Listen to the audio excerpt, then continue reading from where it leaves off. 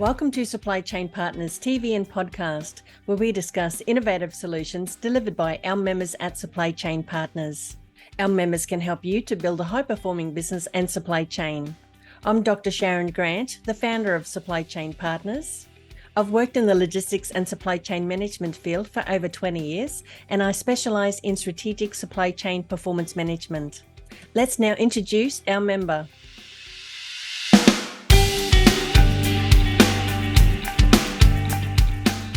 With us today is Erik Bush, the Chief Executive Officer of Demand-Driven Technologies.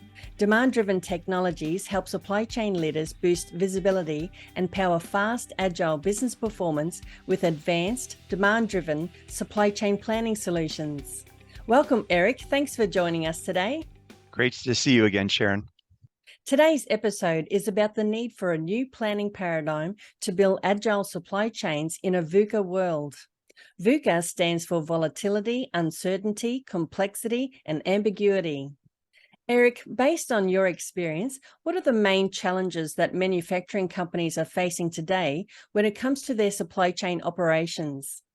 Well, there's quite a few challenges that are out there right now, as we all know. It's probably the most challenging supply chain environment that any of us have ever worked in.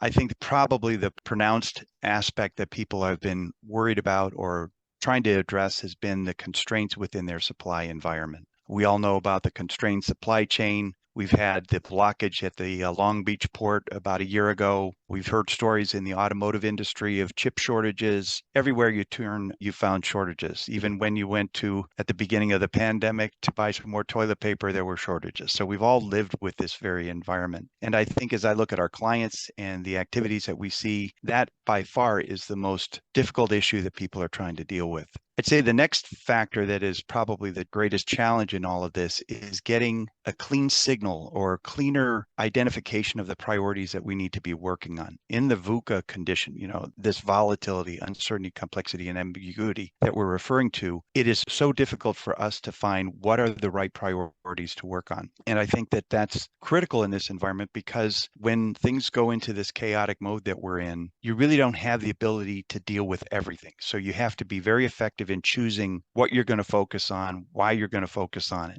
And you have to accept that you can't do everything, right? So that prioritization becomes a critical piece of this. And so I think those two elements, how do we deal in this constrained environment? And I'll talk a little bit more about that as we go through this session. And how do we do that when we don't really have the right visibility to the information that would help us do that job in a better way, if that makes sense? You've identified quite significant challenges for manufacturing companies. So how has the pandemic changed the way we think about resilient and agile planning? And how different is this from conventional planning? I think there's a substantial difference. If we start with this notion that it's all kind of in chaos mode, and we go back and look at the concept of material requirements planning, or MRP, that everybody knows and either loves or despises, depends on the day of the week perhaps. It's predicated on a pretty simple formula. And it was ideas that came about back in the early 70s, that if we know what our demand is, then we can backward schedule. That's what MRTP will do. What we need to buy, what we need to manufacture, what we need to package and distribute to meet that demand. And if you think about it, it's so logical. It makes perfect sense. It time phases everything based on lead times and allows us to synchronize all of that activity in a good way. But it's got one critical assumption in there, that your demand is known, that your forecast is accurate, which is the antithesis of what we're dealing with today, right? Who saw the pandemic coming? Who was ready for it? And so all of the work in the industry we've done over the last few decades has been trying to get that forecast more accurate, trying to get better tools, consensus planning, all of these things that companies and people have done and tried to innovate on to get a better picture of where we're going, when in reality, we just don't know. We really don't know. So what does that mean to us? Well, it means that we have to be able to respond to a wider range of scenarios than ever before, right? If we can become agile, which means that we can veer left or right or up or down, depending on what's really happening in our market, then we stand a better chance of having success in these very VUCA conditions that we're talking about, right? So I think we have to really start to do kind of that, challenge all those conventional assumptions that are out in our planning tools, in the way we think about our problems, and maybe take a step back and kind of revisit those and maybe challenge, is that really the right way to go? If we had infinite flexibility, now this is a big if, we could respond to whatever came our way. Whatever order the customer had, we'll ship it to you the next day. We know we can't do that because we have lead times to deal with. We can't just do anything. We have to have a focus within our business and things like that. But any steps that we can take in that direction are going to be meaningful to us in terms of improving our performance and actually making it easier to live our life and get the job done in a good way. So to me, Agile is about this idea of maybe taking a more cynical look at consensus demand planning and consensus supply planning and activities like that, and instead shifting to let's think out all of the crazy things that might happen to us. And we obviously don't want to go too far off the pitch here on this kind of an idea, but if we could start testing how flexible we are, we might learn some things that we would do differently. For example, we might build more capacity in certain production processes because we know that they're going to have more volatility, and it'll allow us to respond more quickly when those peaks come along. And if we can help our finance colleagues understand that that's not a bad thing to have some extra capacity around, then we give ourselves the ability to adapt and change and shift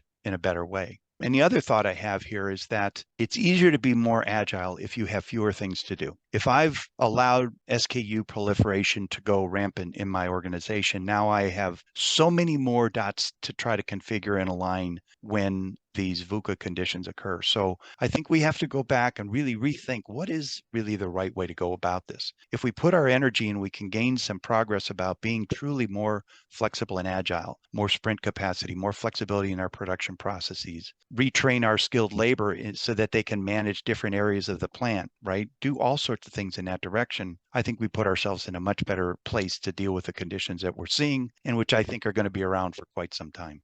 That's definitely a shift in thinking and the way organizations now need to approach planning. I'm keen to understand how demand-driven technologies has been able to help your clients with planning to build agile supply chains in a VUCA world. Could you please provide a real-life client example? Absolutely.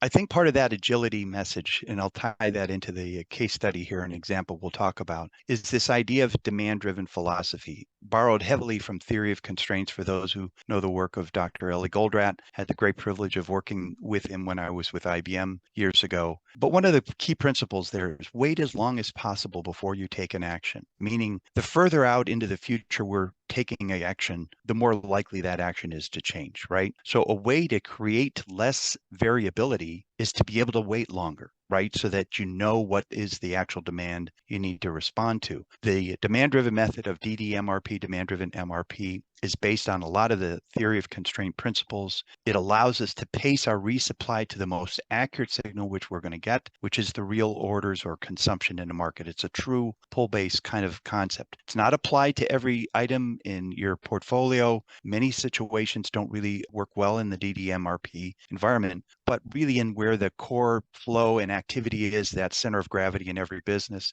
it can do quite a bit of good there. But like any system, it's important that you feed it with the right signals. So let's talk about constrained supply environments.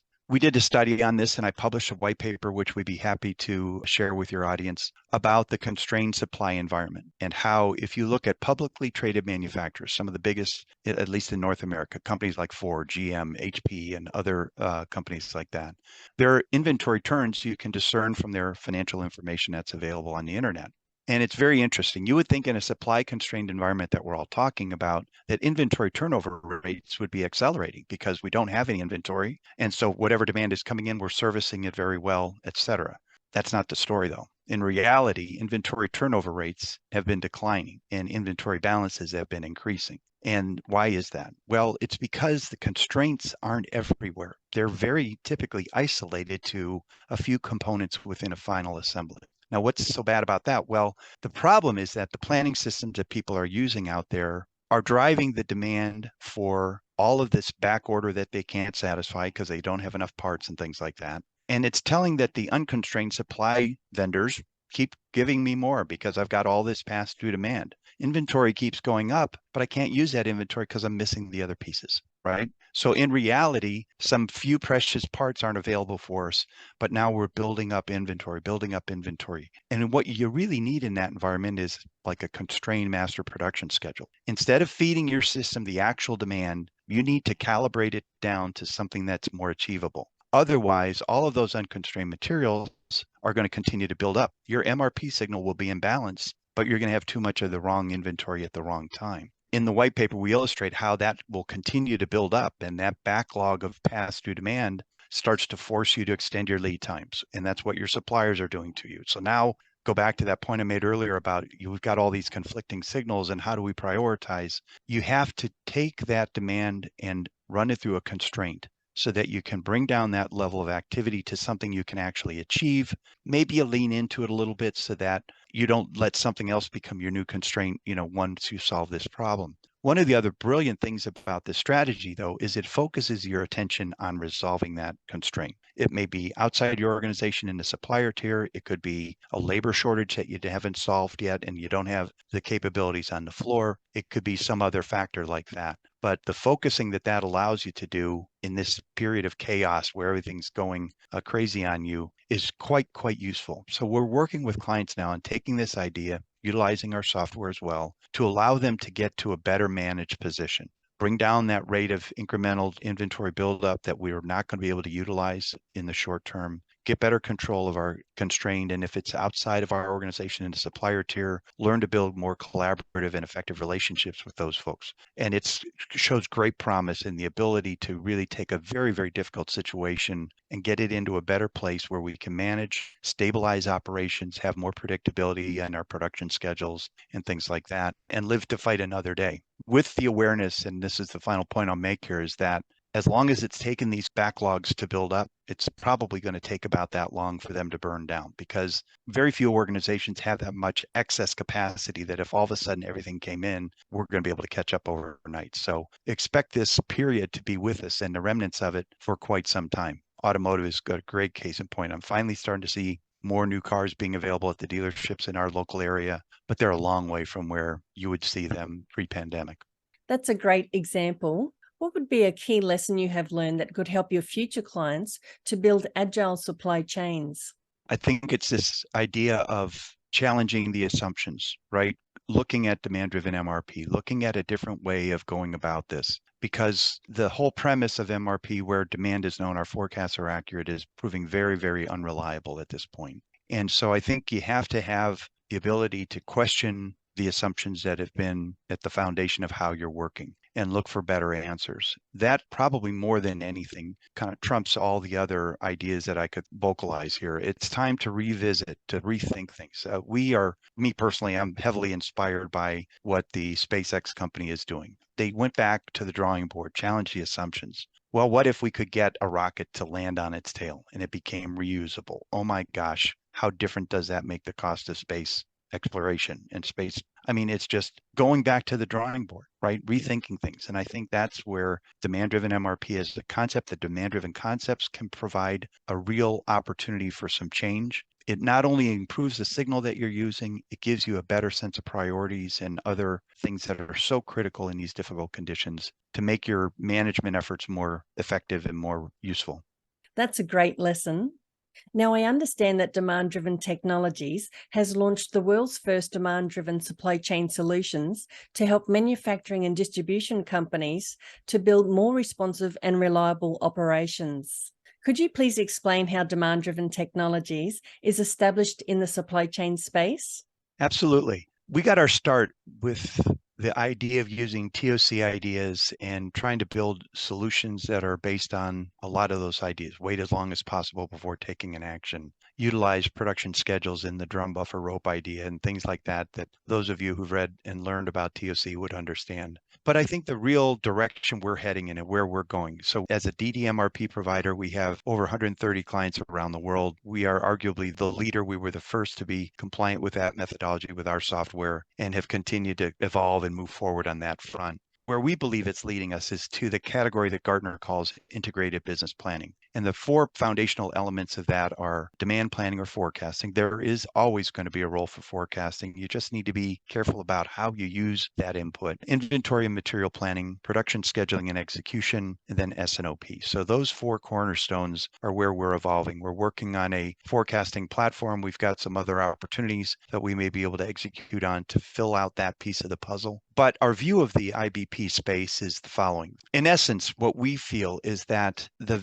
software software that's in the market is trying to solve the complex issues of supply chain and turned around and delivered very complex software. And that is really not what we want technology to do. That, in essence, what we need to also do is be able to take that complexity and deliver value to a client in a fashion that is far more reliable, achievable, and accessible. And the metaphor I use in this case is always the following, that in essence, you think about the 70s, that's when the Apollo spacecraft were going to the moon and back. That's when MRP was generated. If you look at what the users of those systems kind of feel like many times, and I've shared this with so many of our clients over the years, they kind of feel like the astronaut. They're literally part of the computer, flipping these switches, turning these knobs, adjusting these buttons, right, to get to the right result. And they're the best of the best of the best. But the problem is the old certified CPIMs with the gray hair like me and those kind of folks are not there anymore, or they're a dying breed, if you will. And the younger people coming in or grew up on cell phones and touchpads and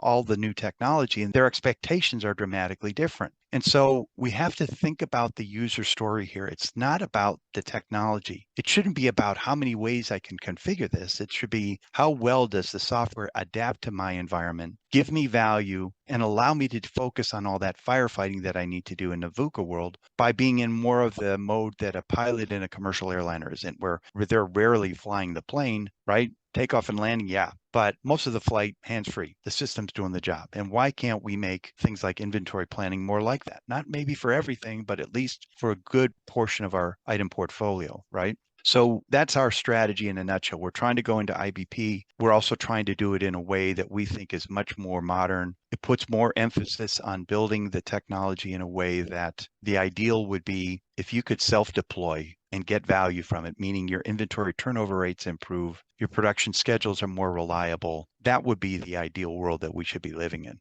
You've been very progressive in the supply chain space. Let's now talk about your Intuiflow supply chain software solution. Could you please explain how it works and shed some light on the services you offer in the supply chain space in terms of methodology, features, and benefits? Absolutely. So our software features and our functionality, our Intuiflow solution is built on these demand-driven concepts, right? So we can provide material planning benefits, we can provide production scheduling benefits, and we can wrap this in an approach to S&OP that is quite different than the conventions that are out there in the market. The whole idea, again, is let's use the most accurate signals. Let's be more responsive. And so our material planning software allows you to pace your inventory to the actual demands in the market. And it does so without relying heavily on a forecast. You may use a forecast to size your stock positions, but your resupply orders are going to be driven by the actual consumption in the market. That goes right from your end items down to the intermediates and raw materials. The production scheduling is there to ensure that you're getting the best leverage of your production capacity while also helping you configure that flexibility, that ability to catch up if things go bad, or the ability to change and pivot and respond in a better way. And then on the S&OP front, this is where I think the big difference is. It's about testing the parameters. Instead of trying to get a consensus demand plan lined up with a consensus supply plan, why don't we test 3 different scenarios and see where the system breaks down, where we run into stockouts, where we run into shortages, where we exceed the production capacity of a given location. And let's plan then how can we build more flexibility into that model. It's not about using the forecast to commit orders well out into the future. It's about using a range of forecasts to test the effectiveness of our model to be able to work in these different conditions that we're expecting. By doing that, we will make very different decisions. And those are the important things that we need to do. So the solutions are really built to give you a better way to manage, to get to that place where you can take your hands off the wheel, that knowing that your system is going to run in a stable, effective environment, you'll have the right amount of inventory, you'll get better inventory turnover rates, and you'll also improve your service levels to the market. This is a bit of a mind-numbing fact to me, that what I'm going to tell you right now. We've looked at the U.S. Federal Reserve statistics on production industry and things like that. Today, U.S. manufacturers are turning inventory at the same rate that they were 25 years ago. Now, just think about what that represents. 25 years ago, what was going on? People were running away from legacy systems, islands of automation. The legacy maintenance was a huge financial burden from an IT cost standpoint, islands of automation and Y2K. All of these things were happening. What happened was the ERP vendors came along. It's all in one database. We're going to maintain it for you. You configure it to fit your needs, right? Well, then why is it that we didn't see better KPIs occur? Why are inventory turnover rates at the same place? And it's because they're all still using the same material requirements planning logic as the foundation of how you do your supply chain planning. That's where the big difference should be. We should be able to see tangible and sustainable results. We should be able to deliver value to the client. We go through a process with each and every client we meet with to do simulations for them. Give us your demand history, give us your part information. We'll show you what's going to happen in advance of it happening. What will happen when we do those simulation reviews is we learn some interesting things. What happened with this part? Why did it behave this way? Oh, that was on recall or something else was going on. And, the stories that emerge from that really help us understand their business in far more detail than any other way we could get there. And they're learning how the method works, where it works well, where it doesn't work well. And we've got the tools to address those other kind of use cases. So, let's get to where we can see tangible and sustainable improvements. Let's do that by adopting these better signals, better ways of prioritizing, and give ourselves a fighting chance to get through these VUCA conditions. I think there's so much opportunity to rethink, all of the old standards, the ways of working, revisit them, understand where our constraints are, and do a much better job at giving our users a chance to have, a fair way of working and getting the right things done for us as an organization. That's a very comprehensive service offering. So what's next for demand-driven technologies? We're so excited about where we think we can take these ideas. I bet you have Shazam on your phone. You hear a song in a restaurant, you're trying to remember who the artist was. You click that little button, it takes a audio signal, sound waves out of the air, no matter what part of the song is playing. And literally, in most cases, within a few seconds, it responds to this artist, this album, voila, right? Well, think about that. That is amazing how they can digitize an analog signal, match it up with a library, and give you the result that quickly. It's interesting because in supply chain, we think about statistics, coefficients of variation, and all these other ways and techniques that people have had over the years to try to come up with better safety stock values and the like. But when you look at the demand pulses of a client's activity of a given item, how that item is consumed in the market, it has kind of a fingerprint or a waveform. It kind of looks kind of like some kind of a wave. And what we have found is that with our AI and machine learning work that we're doing, is that it's not really about statistics. It's not about coefficient of variation because items with the exact same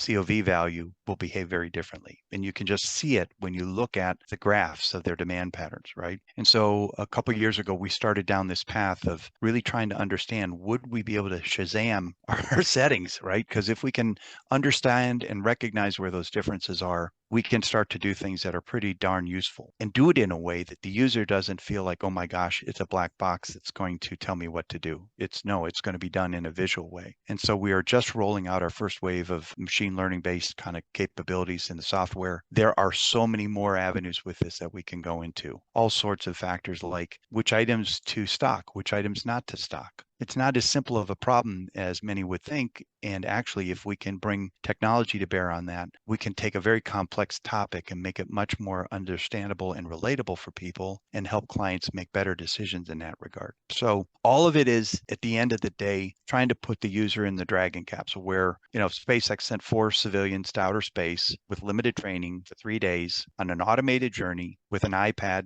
and a very cool looking spacesuit, right? Now, we may not be able to provide the spacesuits for the users, but I think we can get to a much, much better place in terms of the delivery of technology to solve the problem. It's not technology for technology's sake. We shouldn't be celebrating that we've got more configuration options than anybody else in the world. We should be celebrating when we can get a user on board in the least amount of time with the highest degree of results, right? Let's make that, inventory turn line, instead of being flat as a pancake, start moving in the right direction and be sustainable. There's so much inventory out there. If you think about it, there's $1 trillion of inventory in the US manufacturers. Even if we only make a 10% improvement on that, that would free up $100 billion of working capital. And what could companies do with that? Let your mind wander. But it's going to be some good stuff. Excellent. Well, thank you very much, Erik, for joining us today from Demand Driven Technologies. Thanks, Sharyn. It's been a joy to talk to you again. It's been several years since we last spoke, so great to see you again. Hope this was informative and of interest and use for your audience. And we'd love to help you with your demand-driven journey. Excellent. Thanks, Erik. Well, that concludes today's episode about the need for a new planning paradigm to build agile supply chains in a VUCA world with demand-driven technologies. Their contact details are provided below. So join us again at Supply Chain Partners TV and podcast, where we meet with our expert members at Supply Chain Partners to discuss key business and supply chain issues, topics and trends, including logistics, supply chain management, technology, and much more. We welcome you to subscribe to this Supply Chain Partners channel, and we look forward to you joining us again in a future episode.